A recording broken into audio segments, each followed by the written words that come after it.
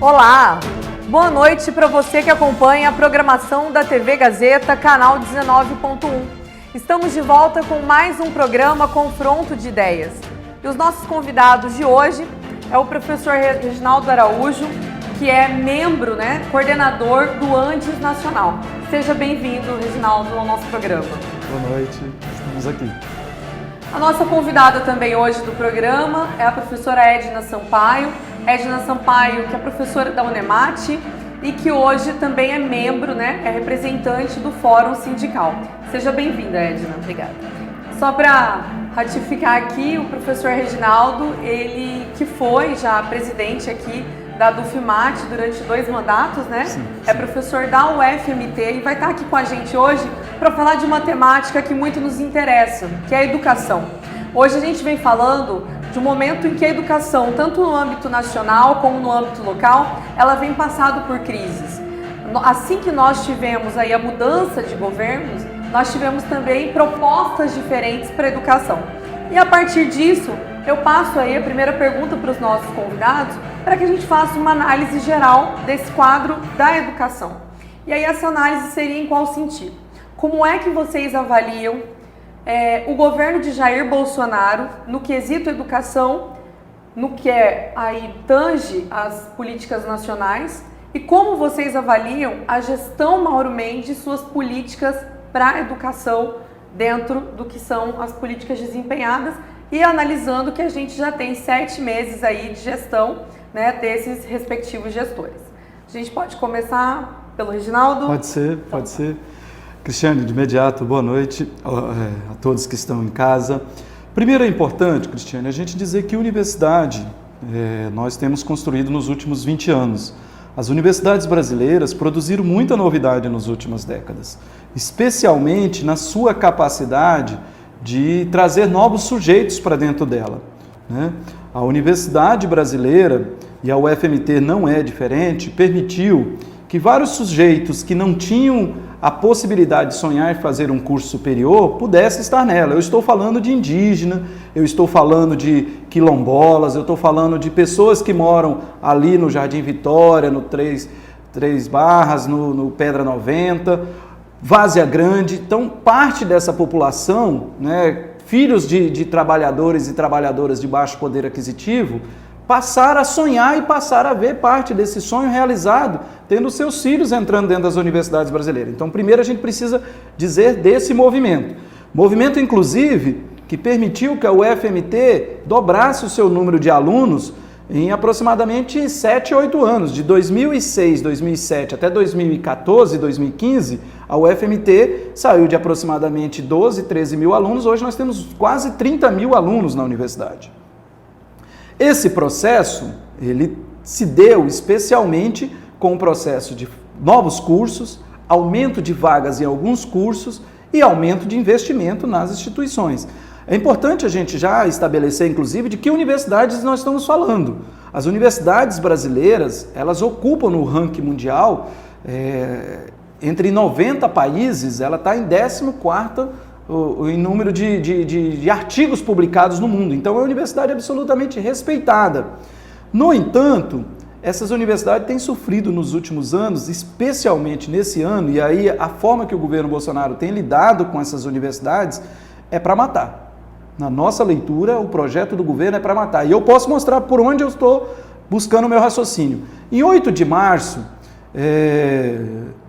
o Bolsonaro, dando uma entrevista para a Jovem Pan, ele faz a seguinte frase: as universidades públicas brasileiras não produzem pesquisa. Quem produz pesquisa é a Universidade de São Paulo, e ele cita, inclusive, a Universidade de São Paulo, que ele acredita que faz pesquisa. Quando você vai e pega essa fala do Bolsonaro, só para você ter uma ideia, as 20 universidades brasileiras que mais produzem pesquisa, não aparece nenhuma privada, todas são públicas. Quando você pega as 100 universidades que mais produzem pesquisa, se aparece 3 privadas. Mas o presidente da República está convencido que essas universidades não produzem pesquisa. Então, 95% das pesquisas brasileiras estão sendo produzidas pelas universidades públicas. O Onyx Lorenzoni, que é o chefe da Casa Civil, 10 dias depois fez a mesma frase. E quando eu estou dizendo que é um projeto, na nossa opinião, o atual governo federal, e para nós a lógica do governo estadual não é muito diferente, eles acreditam que essas universidades devem ser privatizadas. E aí nós temos um movimento muito forte no Brasil de uma empresa chamada Croton, que não é nem uma empresa educacional, ela é uma empresa do mercado financeiro, porque ela é mantida pelos investimentos de bolsa de valores. Eles hoje já dominam aproximadamente 75% do ensino privado no Brasil, do ensino superior. Cristiano, eu estou falando de quase 1.500.000 estudantes. As universidades públicas federais têm hoje 1.339.000 estudantes nas suas fileiras. As universidades privadas de uma só empresa têm mais alunos do que as universidades públicas. E na nossa opinião, a intenção dessa universidade privada, esse projeto privado, é ampliar e avançar sobre as universidades públicas. Então, na nossa opinião, tem um projeto de enforcar financeiramente a universidade, de forma que a gente não aguente, né, e peça socorro para a empresa privada, que peça socorro, por exemplo, para obrigar os nossos estudantes a pagarem mensalidades. Então, para nós, é esse o quadro que está posto nesse momento, na atual conjuntura, com o Bolsonaro, e a lógica que o Mauro Mendes aplica não é muito diferente. Só para lembrar, o Pedro Tax anteriormente não foi muito diferente. O Pedro Tax tinha inclusive um projeto para as escolas públicas de Mato Grosso terem organizações sociais dentro delas. E eu me lembro que a resistência veio dos estudantes. Eu tive a experiência de visitar uma escola ali em Várzea Grande, que os estudantes ocuparam a escola e disseram: aqui não entra empresa privada para administrar. E foi um fenômeno que não aconteceu só aqui não, aconteceu em São Paulo, aconteceu em Paraná, aconteceu em várias cidades onde o PSDB tinha governo. E foi interessante a forma que a população reagiu. Aqui a gente não aceita. Não muito diferente dos estudantes da UFMT o ano passado. O ano passado os estudantes da UFMT produziram uma greve de 67 dias. Você imagina, aproximadamente 25.000, 30.000 alunos produziram uma greve para a universidade por mais de 60 dias. E qual era a discussão? Se a reitoria ia manter ou não o restaurante subsidiado, o restaurante universitário. E os estudantes perceberam que a retirada desse subsídio poderia representar, inclusive, a privatização da universidade. Então, tem movimentos de resistência interessantes. Ok, Reginaldo. Até lembrar, né, esse movimento ficou conhecido até aqui como Primavera Secundarista, perfeito, né? Sim. Foi um movimento dos estudantes secundaristas aqui muito interessante em defesa, né, dos servidores da educação, né? E não é diferente do momento que nós estamos vivendo agora aqui no estado também, né? Com uma greve na educação que hoje já chega a 65 dias.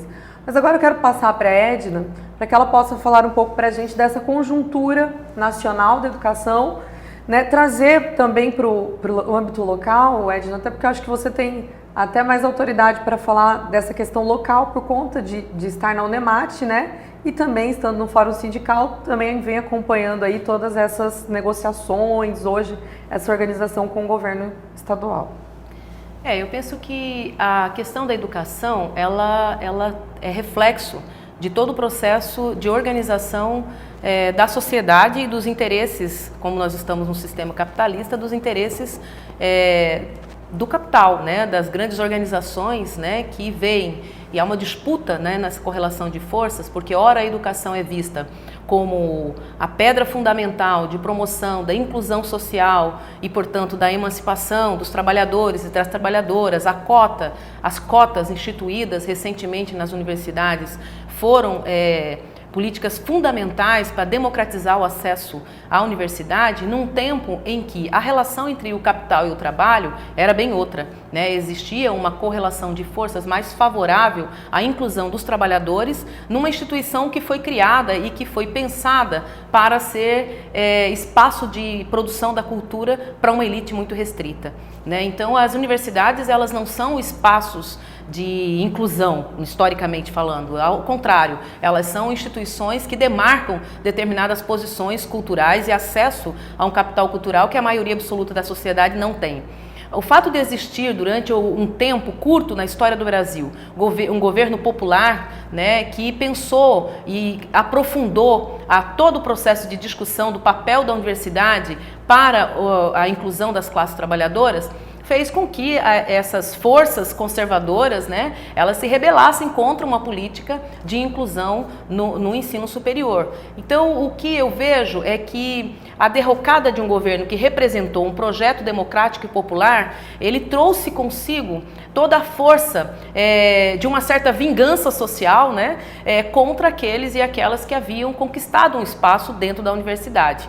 Então, a própria universidade, ela também é um mote de disputa e sempre foi. A educação, ela se você quer compreender o que é a educação, o que é um sistema educacional, você tem que olhar a sociedade como um todo, porque nenhuma escola ou universidade, ela existe apartada dos interesses que disputam numa determinada sociedade. E nós estamos vivendo um momento da história, não apenas do Brasil, mas do mundo, de avanço das forças conservadoras que estão questionando o Estado. Se na década de 90 nós tivemos um movimento de avanço do neoliberalismo, né, da privatização da educação, dos modelos da escola, da qualidade total dentro das escolas, onde a escola tinha que cada vez mais se assemelhar às organizações empresariais. Havia uma compreensão de que tudo que era voltado à organização empresarial era o que deveria ser instituída no Estado.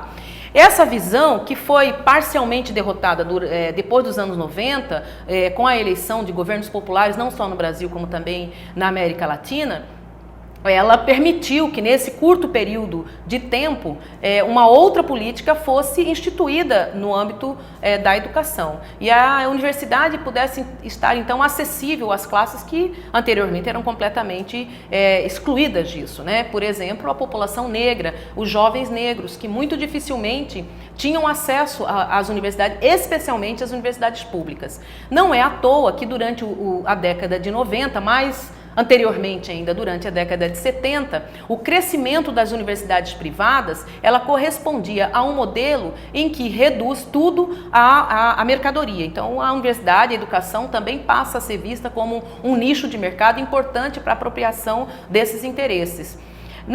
Em 2000 é que essa correlação ela vai se alterando nesse período curto que eu havia dito. Entretanto, a crise do capital internacional, a crise do capital dentro do Estado, a insatisfação dessas elites em ter que dividir parcialmente o poder do Estado com os que não eram bem-vindos, né? Por exemplo, o Partido dos Trabalhadores, as classes populares nos espaços que antes eram reservados apenas às elites, fez com que houvesse um recrudescimento dessa política de inclusão para um movimento muito forte da direita que sonhava conquistar o poder e derrubar, afastar do jogo político, entre aspas, democrático, liberal, que são as eleições, um partido que não conseguia ser derrotado do ponto de vista eleitoral, que era o Partido dos Trabalhadores, né? Então, essa derrocada de um governo eleito popularmente por uma estratégia institucional, jurídico, midiática, né, que tinha como objetivo a retomada desse espaço do governo, né, que não é o poder, mas é uma parte desse poder, levou ao fortalecimento de um pensamento ainda mais radicalizado, que é da extrema-direita. Né? Então, essa extrema-direita que está no poder hoje, ela se constitui com diferentes nuances. Né? De um lado, uma parte que se coloca como a promotora da defesa dos costumes, né? Da tradição, representada aí pelo Bolsonaro, pela família, que faz o discurso e convoca a sociedade para esse conservadorismo. Né? Então, como se o fato da universidade ter se tornado um espaço acessível para os trabalhadores, as trabalhadoras, para os negros, a conquista, por exemplo, do nome social, né, que a população LGBT teve direito, né, o avanço das lutas feministas e a ocupação desses espaços, inclusive na universidade, fez com que esse espaço fosse visto como um espaço que representa um perigo para o governo atual, que visa realmente retroceder nesses costumes e fazer uma cruzada moral contra aqueles que se colocam como adversários da perspectiva que é colocada pelo Bolsonaro. Por outro lado, também há a conversão de todo um espaço institucional representado aí pelo agora ministro Sérgio Moro, que significa a conversão dos agentes públicos para esse projeto, que é o projeto de governo que afasta as classes populares dos espaços públicos, especialmente da universidade. E, em terceiro lugar, a constituição de uma força vinculada a um projeto neoliberal, né? Mas um projeto neoliberal representado pelo Guedes, né, que é o ministro da Economia, que quer, de um lado, né, então você tem 3 polos de força dentro desse governo em que coloca a universidade como um espaço que representa um perigo, né? A liberdade para essas forças que são conservadoras, que querem recolocar no eixo da exclusão as políticas educacionais, as universidades que se tornaram mais democráticas, que se tornaram um espaço desafiante até para a própria universidade, porque, por exemplo, a universidade ainda não tinha descoberto a forma de lidar com o fato de que a classe trabalhadora, menos escolarizada e não acostumada a entrar nesses espaços, de repente faz parte da sua comunidade. Né? Os indígenas fazem parte da comunidade acadêmica. Então, há, por um lado, uma certa desafio, um desafio muito forte dentro da universidade para lidar com essas diferenças que foram colocadas nesse processo e, por outro lado, o desafio de resistir a uma política de destruição do espaço público, representado por essas forças que são, na minha opinião, um consórcio de poder que está presente no governo Bolsonaro. Então, o que nós estamos, diante dessa situação que está posta, nós estamos diante do desafio de manter um espaço mínimo, que é a esfera pública, em que a universidade tem um papel central, porque ela não é só produtora do conhecimento de ciência e tecnologia, ela é um receptáculo e também um produtor de cultura. E uma cultura que desenvolve o pensamento crítico, né? E que, portanto, coloca em xeque o próprio sistema que está aí colocado como a mercantilização de todas as relações. Então, a universidade é um espaço de resguardo das liberdades, né? Tanto dos profissionais que atuam nela, né? Porque o tipo de trabalho que esses profissionais exercem é um tipo de trabalho que não permite o controle rigoroso que tem nas fábricas, por exemplo, e também das pessoas, dos estudantes que nela conseguem ingressar. Né? Então, aos trabalhadores havia sido destinado, aos mais pobres, as universidades no modelo mercantil, universidades privadas, com formação muito rápida, né? E com nenhuma possibilidade de vivência acadêmica, de pesquisa, de extensão. Então, era um espaço destinado aos mais pobres. Então, você paga uma mensalidade, né? E você tem em troca um lugar em que reproduz-se o diploma universitário, que no mercado tem um valor rebaixado, porque o valor atribuído aos diplomas tem a ver com a qualidade das instituições. E as instituições públicas são aquelas mais valoradas nesse mercado. Então, o movimento que está se fazendo nesse governo é expulsar os que tiveram acesso na universidade nesse período curto dos governos petistas e reconverter, né, ou converter a universidade novamente a um modelo de extrema exclusão e, desta vez, obedecendo à lógica de transformar também esse espaço um espaço de mercadoria. O Futurice está aí para isso. E a gestão Mauro Mendes com a educação, Edna, no que se remete hoje ao Unemate, principalmente, também? É preciso dizer primeiro que a Unemate é uma instituição estranha dentro da política de desenvolvimento regional, né, da política do Estado. Porque, historicamente, as universidades sempre foram reservadas, como eu disse, às elites. E não é só as elites do ponto de vista da classe social, mas é também as elites dos lugares que elas nasciam. Há muito pouco tempo atrás, as pessoas que quisessem fazer um curso superior antes da UFMT existir aqui, né, no Mato Grosso, as famílias abastadas mandavam seus filhos para o Rio de Janeiro para lá conseguirem concluir um curso superior. E antes das universidades existirem no Brasil, as famílias abastadas mandavam seus filhos para Coimbra fazer os cursos de direito, bacharelado lá. Então nós não éramos desprovidos desse espaço de formação de elite. Tá, a gente vai ter que encerrar esse bloco, né? A discussão aqui estava muito longa, boa. Né? No próximo bloco a gente conversa melhor, você volta para fazer esse fechamento, isso. Tá? A gente vai sair agora rapidamente para um breve intervalo e já já nós voltamos aí com o programa Confronto de Ideias aqui na TV Gazeta, canal 19.1. Acompanhe a nossa programação.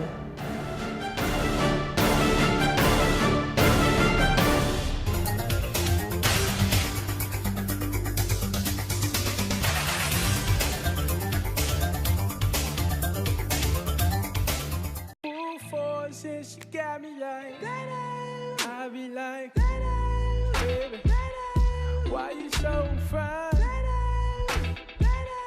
Gotta make you mine. So hard to find. Baby, like, oh, how'd you do the thing? The way that you do it, and she ain't even show. Adai Acessórios, Shopping Estação Cuiabá, piso L2. A sua saúde agradece quando você se preocupa com ela. E cuidar da hipertensão é uma forma de manter seu coração tranquilo. Afinal, 1 em cada 4 pessoas sofrem com ela. E para te ajudar, a Unimed Cuiabá oferece o programa Sob Controle. E ainda está com ótimas ofertas em todas as farmácias Unimed. Ômega 3, R$ 34,90. Medidor de pressão digital, R$ 89,90. Balança digital, R$ 62,90. Viva bem e conte com o nosso apoio. Farmácia Unimed Cuiabá, 3648-8888. Ligou, pediu, chegou. Olá! Quer saber tudo sobre o apaixonante universo de eventos, casamentos e família? Venha comigo assistir ao novo programa Casamentar, todas as sextas-feiras, às 10h30 da noite e aos sábados, reprise às 11 horas da manhã, aqui na TV Gazeta. Programa Casamentar é um oferecimento de Moinho Materiais para Construção. Aqui o vento sopra a seu favor. Alphaville Buffet, sua primeira escolha. Apolo Som e Luz, você com tudo. Flores e Folhas Decorações, sua decoração com um toque de arte. O restaurante Vila dos Lagos abre suas portas para servir Mato Grosso. O melhor das comidas típicas, com carnes, peixes e o churrasco, conforme manda a tradição. Nas festas sob encomenda, fazemos o boi no rolete e também o porco no rolete. E o costelão de chão. Comer bem num ambiente agradável, cercado de natureza, água e cachoeiras. O restaurante Vila dos Lagos está a 20 quilômetros de Cuiabá, na Estrada do Manso, junto com o Aquapark. Faça agora mesmo a sua reserva pelos telefones 99999-9102 ou 99952-0330. Nota Cuiabana. Quanto mais você pede, mais você ganha. Peça sua nota fiscal de serviço e concorra pela Loteria Federal a mais de R$300 mil em prêmios e até 30% de desconto no seu IPTU. Com a Nota Cuiabana, nossa cidade também ganha. Mais em obras e mais serviços de qualidade. Cadastre-se e consulte o regulamento no site www.notacuiabana.com.br. Prefeitura de Cuiabá, trabalhando e cuidando da gente.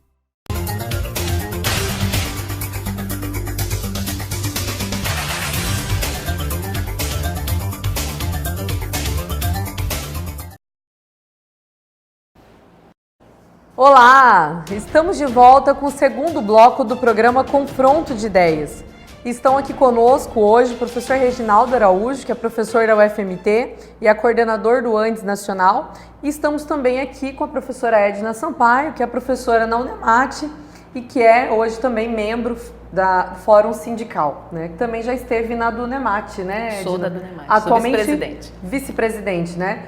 É vice-presidente da Unemate, que é hoje o sindicato que atua, né, em defesa da luta dos professores da Unemate. No caso, o Reginaldo foi 2 mandatos da Dufimate, né?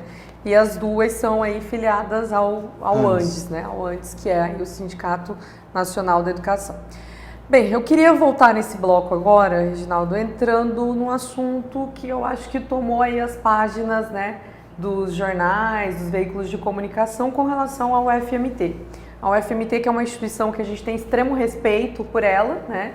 Ela foi aí protagonista de uma série de discussões com relação à administração da reitora, né, por parte de alguns, em tempo que a energia da instituição foi cortada, né, das 5 instituições, e coloca aí outros agentes políticos nesse processo, né? Inclusive deputado federal daqui de Mato Grosso fazendo fala no sentido de que a UFMT precisaria passar por uma intervenção, né, que além, né, de alguma fiscalização por parte do MEC, né, que ele disse, inclusive o ministro da Educação, que faria com relação à gestão da reitora, que ele qualificou como uma má gestão, entra também um deputado falando que precisaria ter uma intervenção nessa universidade, na UFMT. Então eu queria que você falasse para a gente um pouco disso que aconteceu na UFMT e dessa resposta que tanto o MEC deu como esse deputado federal com relação à nossa universidade hoje aqui. Cristiane, é importante, inclusive, linkando um pouco o que a companheira Edna apontou, assim, nós temos muito claro que estamos numa sociedade em disputa, universidade em disputa, né? Parte da população não compreende que a universidade tem que ser um espaço onde filho de trabalhador e trabalhador esteja presente. E nós estamos convencidos disso.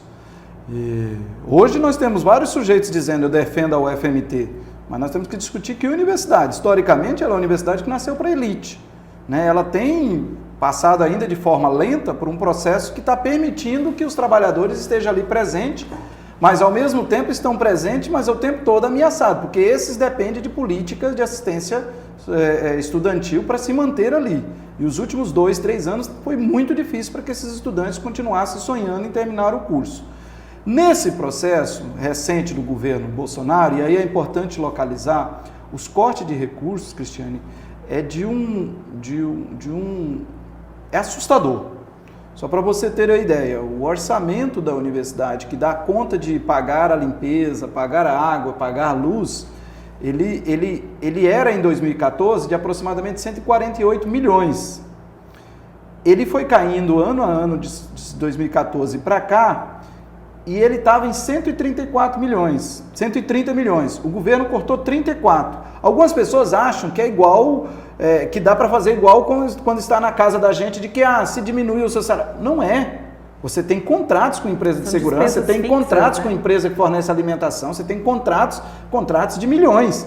E você não chega para o contrato e diz, olha, diminui, corta pela metade, porque o contrato tem prazo, tem... Pois bem, com esses cortes, a universidade passou a ter dificuldade. E a reitora anunciou já um tempo atrás que não estava dando conta de pagar as contas de energia elétrica. Isso era fato que estava na imprensa, né? Aí houve a situação do corte de energia. É importante, Cristiane, descrever o desespero que foi esse processo na nossa universidade. Assim, a UFMT está chegando a quase 50 anos. Tem um professor de um núcleo de pesquisa que está lá na UFMT há mais de 35 anos. O professor ficou tão abalado que não conseguiu dirigir o seu carro para ir para casa. A energia acabou por volta de 10, 11 horas da manhã, foi cortada. Ele não conseguiu ir para casa dirigindo o seu carro. Tão abalado que ele ficou. As cenas, era estudante carregando freezer, estudante carregando comida, porque o zoológico tinha problema com os alimentos para os animais, era aluno que estava fazendo experiência no laboratório de medicina, fazendo experiência na química, era gente fazendo cirurgia lá no hospital veterinário e a energia acaba e é o desespero, sabe? Experiência de pesquisas que levaram anos e que ficaram comprometidas com a queda, com o corte de energia, né? E aí tem uma situação que a gente tem uma desconfiança e precisamos sempre chamar a atenção. Por uma ação absolutamente sintonizada, nós tivemos corte de energia em Sinop, em Rondonópolis, em Cuiabá, em Barra do Garças e na fazenda experimental da UFMT em menos de 30 minutos. E ao mesmo tempo, a nossa reitora estava dialogando com a empresa Energisa. Só para recordar, Cristiane, de forma breve, quem instalou cada poste que tem de energia nesse estado e no país foram os agentes do Estado e próprio Estado. Quem colocou o fiozinho, quem colocou a lâmpada, tudo é o Estado. No caso de Mato Grosso, essa empresa foi vendida a R$1. E quem comprou ainda pegou dinheiro do BNDES para financiar os novos investimentos. E os caras pegam e cortam a energia de uma instituição. Então foi muito dolorido. E logo após, as reações, para nós, foi preocupante. Você tem um ministro que demonstra uma absoluta irresponsabilidade de dizer que o recurso estava depositado, quando sabemos que o recurso, a autorização de gastar o recurso não significa que o recurso está na conta. Ele autorizou na sexta, não quer dizer que na segunda o dinheiro estava na conta, né? E depois vem um deputado que, na nossa opinião, né, é um deputado absolutamente oportunista que vem sugerir, né, que a reitora seja afastada. Se ele tem candidato, que ele apresente o candidato nos processos eleitorais. Não venha querer fazer algo que, inclusive, eu acho que é da cultura dele. É o mesmo Medeiros que fez uma ata fraudada para ficar senador do estado de Mato Grosso durante 8 anos. E esse cara vem dizer para nós... Né, e tem que lembrar, as contas da universidade passam por TCU, por AGU, passa o tempo todo por auditoria. Isso é algo comum no Brasil. Nas últimas décadas, a capacidade da gente fazer o acompanhamento das contas públicas está muito interessante. Então, para nós, não justifica esse tipo de comportamento. E aí a gente tem muito claro, há movimento de tentar desestabilizar a reitoria da UFMT. E, na nossa opinião, isso é lamentável, porque nesse momento a gente precisa que os sujeitos nos ajudem a superar esse momento difícil de corte de recursos. E é importante dizer, não são as universidades, são somente Federais não, isso está em todas as esferas dos institutos federais, a situação é muito semelhante, das escolas de primeiro e segundo grau, inclusive educação infantil, o governo federal está cortando recursos, ainda que prometeu que retiraria do ensino superior para o infantil, e não está acontecendo isso. Então é importante a gente chamar a atenção de como estão tentando acabar com as universidades brasileiras, pelo menos naquilo que a gente construiu historicamente. Para você que está em casa e que vinha nos perguntando justamente essa discussão acerca da UFMT, hoje a gente está aqui com o Reginaldo, que é coordenador do Andes Nacional, e ele está esclarecendo hoje para a população de Mato Grosso o que efetivamente aconteceu. Como ele mesmo disse, né, as universidades como um todo, elas vêm passando por um corte muito duro, um corte que começa desde 2015, né, Reginaldo? Isso. E que vem só se acentuando ao longo dos anos. Então, o Reginaldo veio aqui justamente para trazer essa fala, para você que está em casa compreender que quando esses recursos são cortados, recursos esses importantes, a universidade perece, é a universidade que abraça aí pesquisa, ensino, extensão e que tem um papel importante na nossa sociedade. Então, Reginaldo, até foi muito valiosa a sua vinda hoje aqui para trazer à baila essa discussão, porque muitas pessoas vinham pedindo para a gente trazer justamente ela. Até porque a gente teve aí o protagonismo de um deputado pedindo intervenção, de um MEC dizendo que tinha que ter alguma coisa que fiscalizasse a gestão da reitora, né? E você colocou aqui justamente como essas coisas estão caminhando. E aí a gente vai falar um pouco mais dessa gestão. Indo para a Edna agora, que a gente não conseguiu concluir aquele primeiro bloco. Então, assim, você voltar, Edna, falando para a gente da gestão Mauro Mendes hoje na educação superior, mas não só isso. Acho que tem uma temática hoje que ela é fundamental, né, e que agora à tarde nós tivemos aí, né, uma decisão da desembargadora Maria Erotildes, né, que impõe para o Sintep a volta em até 72 horas dessa greve que já dura, né, 65 dias, né? Então, como é que você avalia hoje esse movimento paredista, avalia essa decisão e como que você imagina, né, que deva ser os próximos passos do sindicato? Bom, só para terminar o que a gente havia começado no bloco anterior, Cristiane, eu queria dizer o seguinte, que em relação ao UNEMAT, a UNEMAT é fruto de uma teimosia dos professores, uma teimosia da comunidade no interior do estado de Mato Grosso, porque essa situação de corte de energia, essa situação de não ter recurso para as despesas mínimas de manutenção da universidade é uma realidade constante para nós da UNEMAT, né? Recentemente, este ano, quando o governo Mauro Mendes entrou e fez um contingenciamento da ordem de 50% do orçamento da UNEMAT, que já é bastante reduzido, e em alguns casos chegou até 70%, nós tivemos a situação de não ter recursos para pagar, por exemplo, a empresa que faz a segurança da universidade.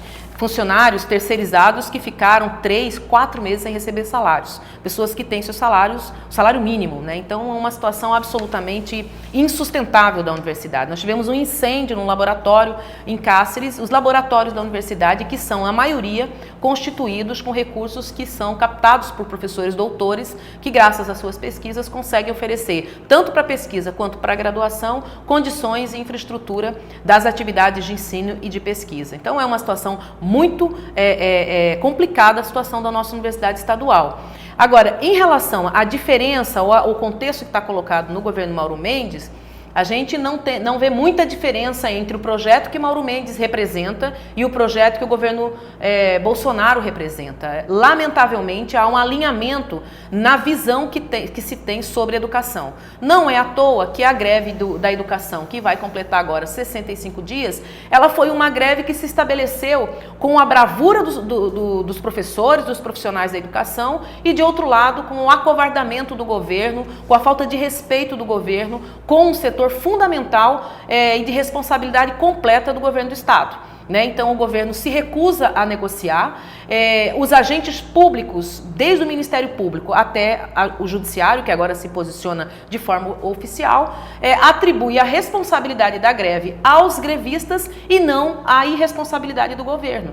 Então nós temos, ao mesmo tempo em que os grevistas não têm um espaço para diálogo com o governo, no sentido de ter uma proposta de cumprimento da lei, porque é bom que se diga aqui que os profissionais da educação estão em greve porque o governo descumpre a Lei 510, aprovada em 2013, e que vinha sendo cumprida pelos governos anteriores e que nesse governo ele se recusa a cumprir. Como se recusou a cumprir, por exemplo, o dispositivo que é a garantia da recomposição do salário dos trabalhadores de uma maneira geral, público e privada, que é a RGA. Entretanto, o mesmo governo que não quer cumprir, que não cumpre as leis voltadas para a garantia de direitos dos trabalhadores, é o que faz agora, recentemente, agora nesse final de semana, a regularização dos incentivos fiscais para o agronegócio. Bilhões de reais de evasões fiscais, porque o governo atribui a importância, a valoração aos ricos e a desvalorização aos pobres, aos trabalhadores, que não são só os professores, os profissionais da educação,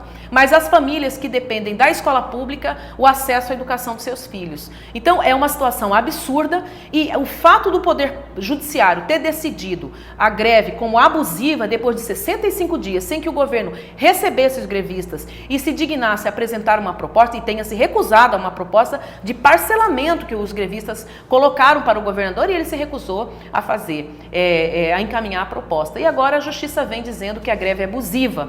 Então há uma clara preferência, uma clara opção, tanto do governo quanto dos demais poderes constituídos no estado de Mato Grosso e no governo federal, pela retirada de direito dos trabalhadores e por fazer da esfera pública um instrumento esvaziado e de conferir, de auferir maior lucratividade e maior privilégios a quem já é privilegiado. Então nós estamos vivendo uma situação extremamente grave e isso tem a ver com o fim da democracia nesse país. Porque em 2016, quando instituíram o golpe à presidenta Dilma, quando a presidenta Dilma foi retirada do poder sem que tivesse cometido crime, posteriormente o presidente Lula, agora claramente visível a todos que quiserem, foi preso sem que houvesse um processo legal devidamente constituído, um juiz para o caso, né, e foi vítima de uma perseguição política, né? Então, essa desconstitucionalização da esfera pública tem levado a todos nós a uma situação insustentável e é por isso que hoje a Justiça do Mato Grosso declara que a greve dos trabalhadores da educação é abusiva, mas não declara abusivo um governo que se recusa a cumprir a lei. Ok, Edna. Reginaldo, voltando agora para o âmbito nacional, voltando para a educação aí, né, que até eu acho que a educação no governo Bolsonaro virou um algoz também, né? A gente teve aí troca de ministros em tão pouco tempo e o que a gente percebe é um governo que não tem um alinhamento efetivo de qual é o projeto de governo que eles têm para a educação. Isso não está claro. O que se tem hoje, né, é o projeto Futura-se, que está aberto para consulta pública, e que ela vem colocando aí, a reboque das universidades, uma preocupação muito grande, que é de uma possível aproximação de uma privatização da educação, né? O Futura-se, pela forma como ela se estabelece, com a inserção das OSS, ela acaba trazendo algumas discussões, né, que colocam em xeque justamente aquilo que a gente sempre vem defendendo, né, que é a educação pública, gratuita e de qualidade. Então, gostaria que você falasse um pouco para a gente, Reginaldo, sobre esse projeto do governo, que até o momento eu acho que é a única coisa que se apresentou, né? E em tempo, como que as universidades vêm se posicionando com relação a isso? Perfeito. É importante, Cristiane, a gente sempre chamar a atenção quando a gente está dizendo que há um alinhamento do governo estadual com o governo federal, porque a postura é muito semelhante. O mesmo governo federal que diz que não tem recurso para a educação, perdoa dívidas de 17 bilhões para os sujeitos do agronegócio, por exemplo.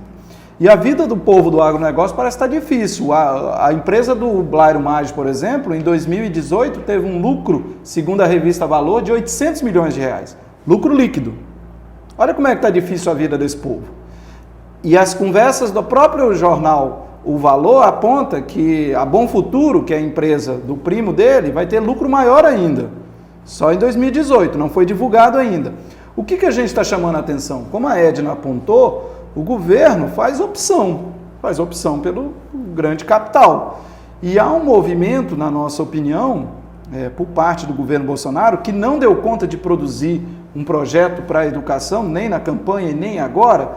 Ele apresenta, na nossa opinião, um projeto que, primeiro, que não tem participação de nenhuma organização que historicamente atua na educação. Nem mesmo aqueles que tiverem outro campo político do nosso, dos movimentos sociais, que são os movimentos construídos pelos estudantes, a UNE, movimento construído pelos técnicos, a FASUBRA, movimento construído pelos professores, o ANDES.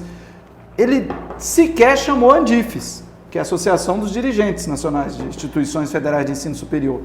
Ou seja, um projeto que foi feito e pensado pelos seus assessores e claramente é um projeto, e aí é interessante porque dá a ideia de que a universidade não tem parceria com iniciativa privada. Pelo contrário, nós temos várias parcerias com a iniciativa privada. Eu tenho clareza que essa potência que é o agronegócio em Mato Grosso é resultado das pesquisas feitas pela UNEMAT e pela UFMT com seus estudantes, com seus professores e com os profissionais que ela forma. Então, ameaçar a universidade e retirar o seu recurso é você comprometer a própria possibilidade de produzir ciência e tecnologia no país. E o governo Bolsonaro vem de forma muito dura, né, com essa nova discussão, que é o Projeto Futuris, que, na nossa opinião, só tenta implementar dentro das universidades a lógica de professor quer fazer pesquisa, você vai ter que procurar empresas parceiras. Professor, você quer fazer algum tipo de atividades de campo, vai procurar parceria. Aí nós perguntamos, assim, só para fechar, será que o professor Pignatti, que tem pesquisa absolutamente estratégica para revelar quanto o agronegócio com veneno no campo pode vir a prejudicar a nossa população, poderia divulgar suas pesquisas se a Bung, né, a empresa de veneno, estivesse patrocinando projetos dentro da universidade lá no... Então é isso que a gente tem que debater. Que interesses está nessas pesquisas que vão estar dentro das universidades? Ok. Bom, a discussão aqui está muito boa. Para você que está em casa, continue nos acompanhando. A gente está fechando aqui o segundo bloco e já voltaremos aí com mais uma discussão sobre essa temática que é a educação no âmbito nacional, educação no âmbito local, com a Edna Sampaio e com o professor Reginaldo Araújo.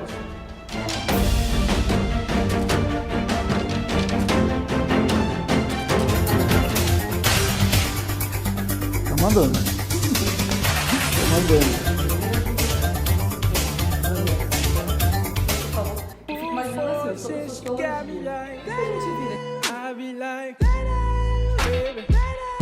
Why you so fine? Gotta make you mine. So hard to find. Baby, like, oh, how'd you do the thing? The way that you do it and she ain't even sure. Adai Acessórios, Shopping Estação Cuiabá, piso L2. O restaurante Vila dos Lagos abre suas portas para servir Mato Grosso. O melhor das comidas típicas, com carnes, peixes e o churrasco, conforme manda a tradição. Nas festas sob encomenda, fazemos o boi no rolete e também o porco no rolete. E o costelão de chão. Comer bem num ambiente agradável, cercado de natureza, água e cachoeiras. O restaurante Vila dos Lagos está a 20 quilômetros de Cuiabá, na Estrada do Manso, junto com o Aquapark. Faça agora mesmo a sua reserva pelos telefones 99999-9102 ou 99952-0330. Nota Cuiabana. Quanto mais você pede, mais você ganha. Peça sua nota fiscal de serviço e concorra pela Loteria Federal a mais de R$300 mil em prêmios e até 30% de desconto no seu IPTU. Com a Nota Cuiabana, nossa cidade também ganha. Mais em obras e mais serviços de qualidade. Cadastre-se e consulte o regulamento no site www.notacuiabana.com.br. Prefeitura de Cuiabá, trabalhando e cuidando da gente. A sua saúde agradece quando você se preocupa com ela. E cuidar da hipertensão é uma forma de manter seu coração tranquilo. Afinal, 1 em cada 4 pessoas sofrem com ela. E para te ajudar, a Unimed Cuiabá oferece o programa Sob Controle. E ainda está com ótimas ofertas em todas as farmácias Unimed. Ômega 3, R$ 34,90. Medidor de pressão digital, R$ 89,90. Balança digital, R$ 62,90. Viva bem e conte com o nosso apoio. Farmácia Unimed Cuiabá, 3648-8888. Ligou, pediu, chegou.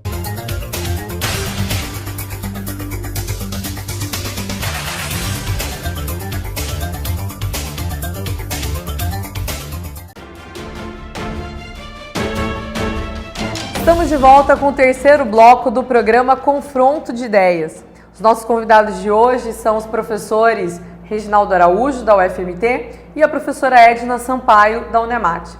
E hoje o nosso assunto é um assunto importante, é um assunto que para todos vocês que estão em casa nos assistindo é de grande relevância, que é a educação. A gente está falando um pouco da educação no ensino superior, a gente está falando da educação básica, a gente está trazendo uma série de informações para você sobre esse assunto.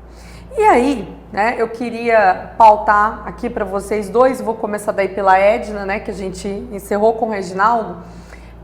Quando você falou da Andifes, né, me veio justamente um levantamento. A Andifes fez um levantamento em que hoje, majoritariamente, as universidades são compostas por mulheres, por negros e pardos, por pessoas de baixa renda.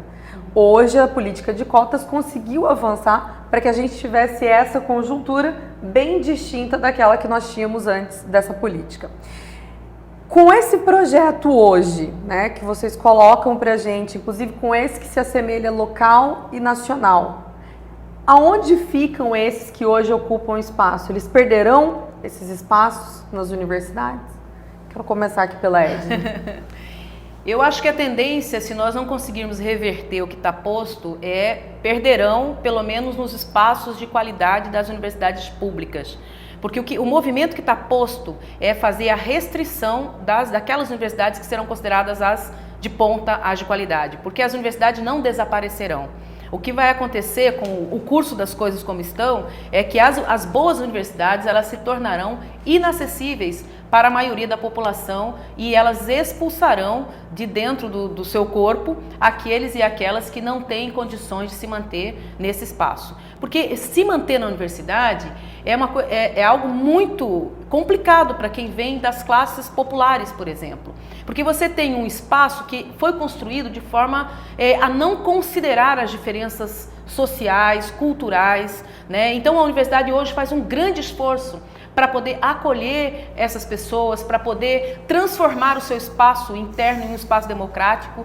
E se a política nacional ela se ausenta de financiar a universidade com recursos públicos, de financiar a pesquisa e a construção de um ambiente acadêmico que democratize o acesso para todos, obviamente o que vai acontecer num curto espaço de tempo é que, de novo, os mais pobres serão reservados às universidades mais periféricas, as universidades privadas, as universidades que são aquelas em que o diploma é conferido a partir do pagamento de uma mensalidade e não de um itinerário de formação política, acadêmica, científica, necessária ao exercício da cidadania, ao exercício profissional e ao exercício político, porque afinal de contas nós vivemos numa sociedade em que o exercício da cidadania é fundamental para a manutenção da democracia e da participação de todos. Então eu penso que o que está colocado para nós é o desafio de manutenção da democracia e o ataque às universidades é o maior sintoma de que a democracia está sendo atacada. E numa sociedade tão desigual como a nossa,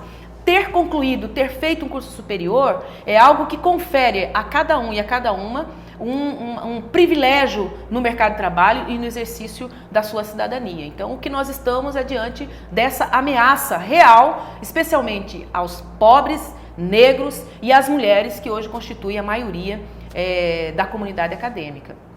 Reginaldo, até aproveitando esse gancho, essa ameaça hoje, o Projeto Futuras e a forma como o governo vem pautando aí, dando o tom da educação, né? Eu quero até apontar que o Bolsonaro disse na campanha, nunca ficou muito claro durante a campanha qual era o projeto para a educação desse governo, até porque no próprio programa de governo isso não estava claro. Mas esteve claro durante a campanha que ele gostaria de levar a educação para o que ela era 50 anos atrás, né?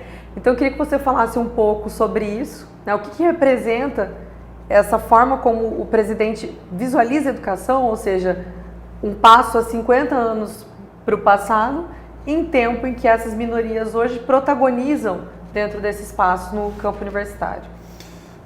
É importante a gente chamar a atenção que tem fenômenos novos que até para a gente lidar é difícil. Você tem um presidente da República, por exemplo, que vê o seu instituto de pesquisa, o INPE, por exemplo, quando divulga que o desmatamento está ocorrendo com aceleração, e eles chegam a medir qual é a aceleração, o presidente da República diz, isso é mentira. Sabe? Se tem instituições que estão declarando que há um aquecimento global, não, essa pesquisa não é séria. Assim, e ele sequer diz, olha, há estudos divergentes. Então, é um governo que tenta diminuir a importância da ciência, que tenta diminuir a importância das universidades. É explicável por que isso ocorre, porque nesses espaços estão sujeitos que refletem, sujeitos que fazem leituras políticas e que questionam esse tipo de movimento. E aí é importante chamar a atenção, que momento que nasce essa ideia de escola sem partido? Pouca gente se atentou a isso. Ele nasce quando os estudantes, inclusive de Mato Grosso, começam a ocupar as escolas e começam a dizer, aqui vocês não vão privatizar não. Aqui vocês... É importante a gente dizer, quando você entrava numa sala de aula até 2003, 2004, 2005 e perguntasse assim, tem algum negro aqui na sala? Se tivesse 2, 3 que levantasse a mão, era muito. O contexto de 2016, 2017, 2018, quando você pergunta, você pode ter a metade da sala levantando a mão. Tem gay aqui na sala? Você é capaz de ter 3, 4 estudantes. Tem lésbica? Levantar a mão e dizer, eu sou. Esses sujeitos que estão hoje no poder, no governo federal, acham que isso não deve ocorrer, que esses sujeitos não devem nem ocupar as cadeiras de uma universidade, de uma escola. E nós fazemos uma outra leitura. Escola, universidade é o espaço para esses sujeitos estarem e serem respeitados.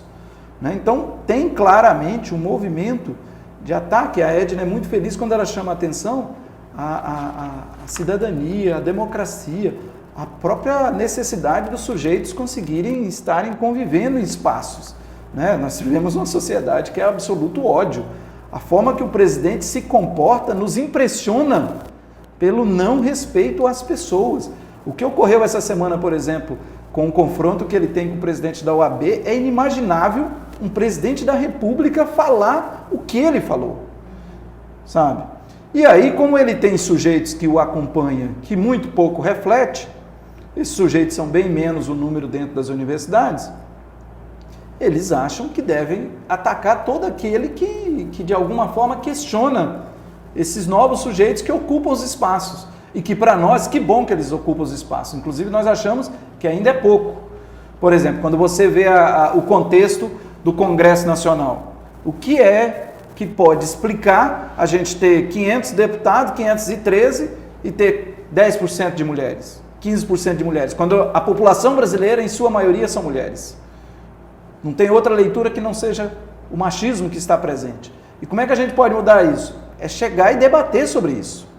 Agora, os que estão no poder hoje não admitem sequer debater. Eles não permitem sequer o outro existir. E é isso que a gente tem que entender.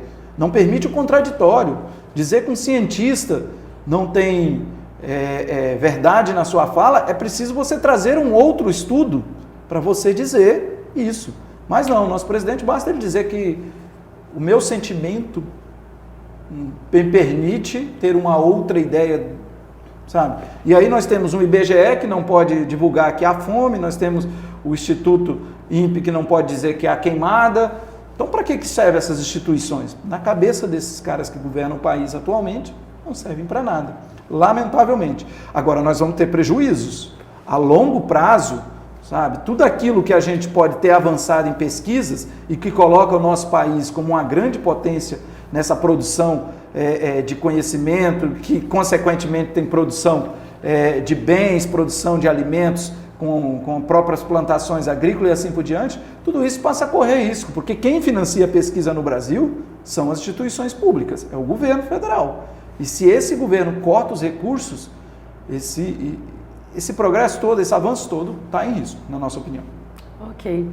É importante a fala do Reginaldo quando ele aborda as falas do nosso presidente, né? Que todas as semanas a gente acaba sempre ficando um pouco, né, assim, sem crença, né, que realmente o chefe de Estado tenha falado algumas coisas. E aí eu quero aproveitar uma fala dele, né, e quero pedir análise de vocês dois. Recentemente, o Bolsonaro anunciou que ele gostaria de descentralizar os recursos, né, para cursos como filosofia e sociologia. Em suma, seria o quê? Né? Com o fim, acabar com esses cursos na área de ciências humanas. Lembrar que o curso de sociologia e filosofia, ele, antes da ditadura militar, ele existia. Na ditadura, ele ficou sem existência, né? Foi proibido o ensino de sociologia e de filosofia, e somente pós-ditadura é que eles retornam novamente às grades curriculares. Inclusive, na educação básica, ela só volta a partir de 2008. Então, assim, e nesse momento a gente tem um presidente que assinala justamente uma discussão com essas duas frentes aí. E eu queria ler uma fala dele para que vocês, né, analisem. A função do governo é respeitar o dinheiro do contribuinte, ensinando para os jovens a leitura, escrita e a fazer conta. Assim resumiu o Bolsonaro quando ele fala sobre o ensino da sociologia e filosofia. Então vou passar para vocês dois fazerem essa discussão, começar aqui pela Edna, para a gente fazer esse bate-bola acerca disso. Eu acho que todo regime e todo autoritário, toda pessoa autoritária tem medo da liberdade, né? E, como eu disse no início, a universidade é o espaço do exercício da liberdade, que na maioria dos espaços que nós vivenciamos não é permitida essa liberdade. E as disciplinas de filosofia e sociologia, elas inserem no processo dessa liberdade uma compreensão do mundo em que nós vivemos. E não há nada mais perigoso para qualquer regime que se pretenda ditatorial e para qualquer pessoa que se pretenda um ditador que a liberdade do outro. Então, extirpar a sociologia e a filosofia, tal qual foi feito durante o regime militar, é a principal estratégia daqueles que querem transformar o que nós construímos enquanto democracia ao longo desses 30 anos, né, pós-ditadura militar, voltar não aos 50 anos atrás, né, mas voltar à Idade Média, quando era absolutamente proibido o pensamento crítico, a filosofia, né, a sociologia, então, né, nem pôde existir nesse período, porque ela só foi existir quando de fato nós superamos aquilo que nós chamamos de Idade das Trevas, né? Então, o pensamento livre, a crítica social, a possibilidade do exercício da cidadania só é tolerável e só é desejável por regimes democráticos, por regimes abertos. E o que nós estamos vendo no Brasil é um processo de fechamento da nossa democracia. Quando os policiais, que agora recentemente, que foi em Minas, eles entraram numa reunião de sindicatos, aconteceu aqui em Cuiabá também recentemente, para poder interditar o livre direito de organização das pessoas, para fazer crítica ao governo, seja lá quem for, isso já é um sintoma muito claro do fechamento da democracia. Quando nós temos todas as provas de um julgamento que foi uma perseguição política ao maior líder que o Brasil e a América Latina teve, que é o presidente Lula, que continua preso, sem que nenhuma instituição se pronuncie sobre as denúncias do Intercept, né, e parece que nós estamos vendo uma normalidade, né, isso são sintomas do fechamento democrático que nós estamos vivendo. Então, atacar as universidades e querer extinguir as disciplinas como sociologia e filosofia são partes do sintoma do que nós estamos vivendo. Então, por isso que eu penso que a principal questão para todos nós que somos democratas, a principal questão para todos nós que defendemos o funcionamento das instituições, sejamos de direita ou de esquerda, porque ser conservador significa conservar as instituições, inclusive. Nós que somos da esquerda queremos avançar na construção das instituições para que elas sejam mais e mais democráticas, e os conservadores querem conservar as instituições, mas o que nós estamos vendo hoje não é a conservação, é a destruição das instituições por um regime que quer ser ditatorial. Ok.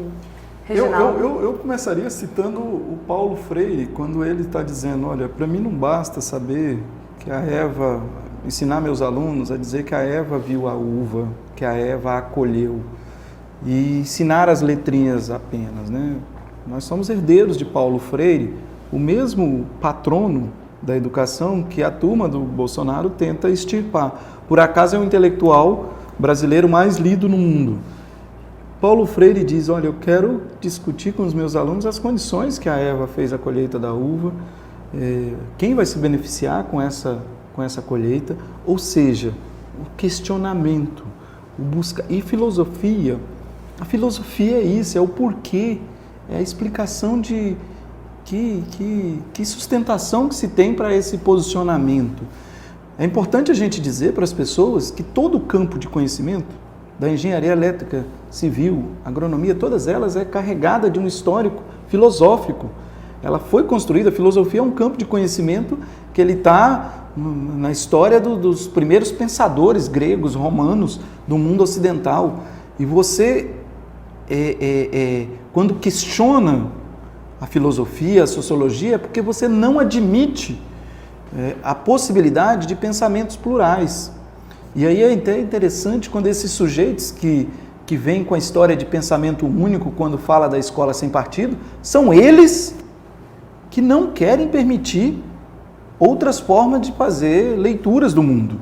E é importante a gente dizer isso, porque não querer permitir a manutenção de áreas como, por exemplo, filosofia, sociologia, outras que fazem reflexões críticas, é não permitir o questionamento. E aí, a minha colega Edna é muito feliz quando ela diz, são sujeitos que não sabem lidar com a liberdade, não são democratas. E aí nós já tivemos muitos sujeitos no governo federal que nós fomos adversários políticos, mas eram democratas.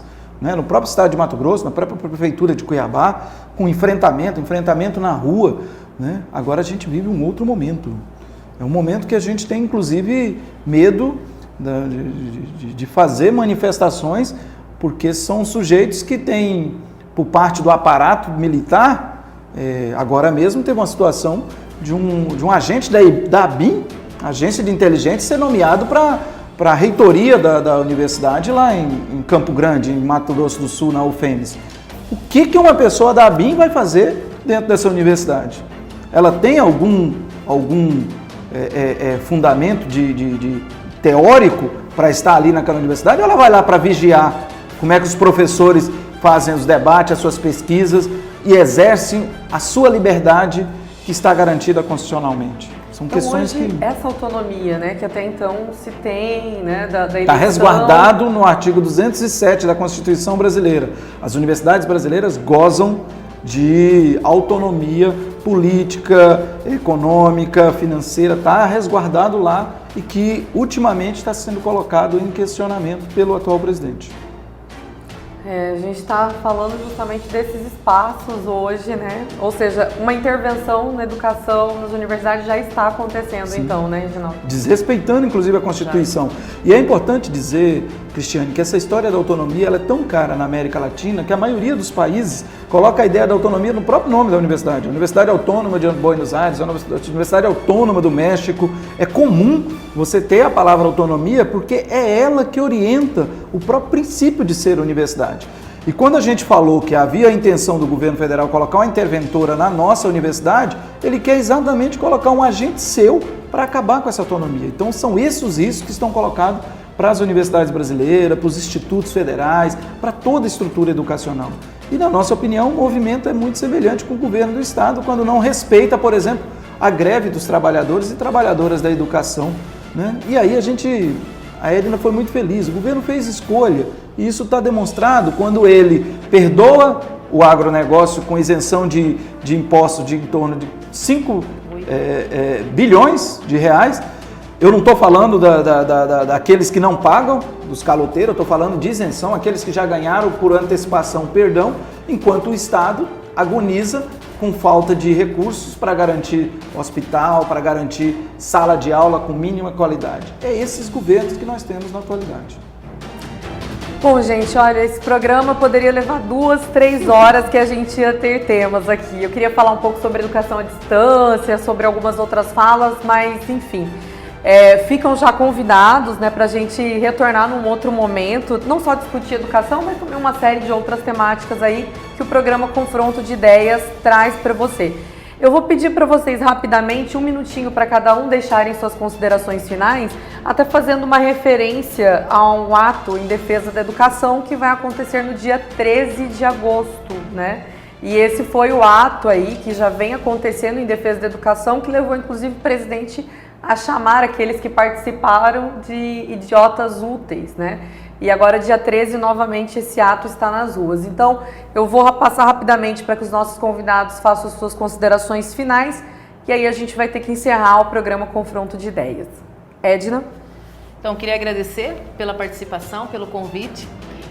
Dizer que no dia 13 estaremos todos, né, na luta, estamos cotidianamente, mas dia 13 é a data da gente expressar com mais vigor ainda a nossa indignação com a política de desmonte da educação e esperamos que a sociedade mato-grossense, a sociedade brasileira compreenda o que está em jogo, o que está em xeque. É o futuro da nossa nação, é o futuro dos jovens que vão ter que se contentar com o esvaziamento da universidade e com o preterimento das suas vidas por não terem mais acesso à universidade. Então nós estamos muito preocupados, né, e preocupados com o que está acontecendo e esperamos que essa situação sensibilize toda a sociedade para que nós possamos reagir contra o desmonte da educação no Brasil e também em Mato Grosso. Reginaldo, suas considerações finais? De imediato, agradecer a possibilidade da gente estar aqui dialogando. Para nós da universidade, nós do campo sindical, é sempre muito difícil estar no espaço da comunicação, da imprensa, podendo falar. Que bom que a gente tem essa oportunidade. Assim, dizer para a população a importância de estar somando-se nesses movimentos de rua. Acreditamos, e sempre fizemos isso, que são os trabalhadores e trabalhadoras nas ruas, lutando por aquilo que foi conquistado historicamente. Se hoje nós temos as universidades brasileiras na condição que elas estão, e são consideradas universidades muito boas, com pesquisas que estão reconhecidas no mundo inteiro, foi porque outros sujeitos em algum momento lutaram, né, para garantir essa universidade que nós herdamos. E a nossa tarefa é que a gente mantenha isso para o futuro, inclusive para sujeitos que eu nem sei o nome, mas que são filhos de trabalhador e trabalhadores que, na minha opinião, merecem estar dentro dessa universidade, podendo gozar dos conhecimentos que lhes são proporcionados. Então, agradecer e chamar todos às ruas. Dia 13 de agosto é uma data importante para a gente defender a educação pública no país e é preciso as pessoas terem clareza. A educação pública de qualidade no Brasil está em risco e não há outro caminho a não ser construir lutas nas ruas. Ok, bom, nós agradecemos então a presença do professor Reginaldo, da professora Edna, agradecemos você que está em casa nos acompanhando e não deixe de acompanhar a nossa programação. Na terça-feira que vem estaremos de volta com mais um programa Confronto de Ideias. Tenham todos uma boa noite.